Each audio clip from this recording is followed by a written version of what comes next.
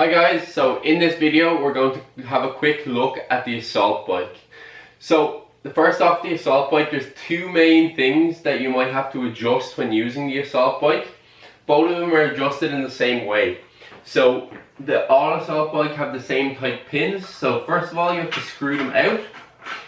You'll have to screw quite a bit, so keep going. You can't unscrew completely, so don't be afraid of that. Once you get to the end, you'll hear a little click. At that point then you pull out the plunger on it. If you do not take the weight off the saddle with your other hand, it'll be quite hard to pull out. Take the weight off with your other hand and it will pop right out for you. From here, you'll see that there's numbered side markings.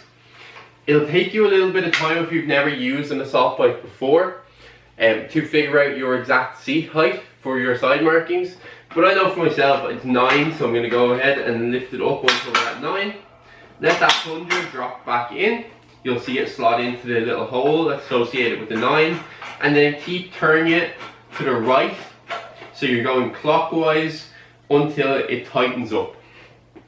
So that's the first and that's the main adjustment. Then there's a second adjustment underneath the saddle. This is done in the exact same way. So you turn it all the way to the left until you get to the end. You'll hear a click. Again, you can't unscrew it to the point that it will fall out. However, you do turn it until you hear the treads come out. Then you can pull down the plunger and slide the saddle. Most people are going to be somewhere in the middle, so you'll see the rail that it's on, and there'll be kind of like a 3-finger gap in front and a 3-finger gap behind. But for me, I like to have it at the very back, so I'm a little bit taller. And that will decide how close or far away from you the handles and screen are. Again, once you have your selected point, tighten that up until it's nice and secure. So once both things are secure, you're good to go. So don't do this and get on from the back.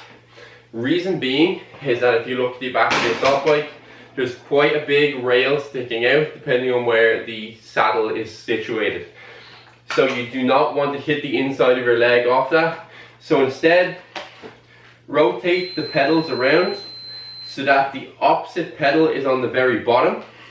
Then put your foot onto the opposite pedal by stepping through the bike and sit up onto the saddle. Once you're up here, then you're good to go. So you'll see now that you're onto the bike, you're pedaling away, your hands can be on the handles, and then there's going to be 3 main things that we look at. The top one will be time, so we're looking at time. The second will be the distance and the calories. Occasionally you'll see down the bottom right the RPMs, and that's the amount of times you're revolving the pedals per minute.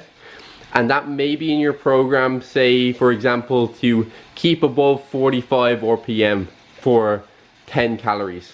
So that would mean that you want this number above 45 until this number hits 10.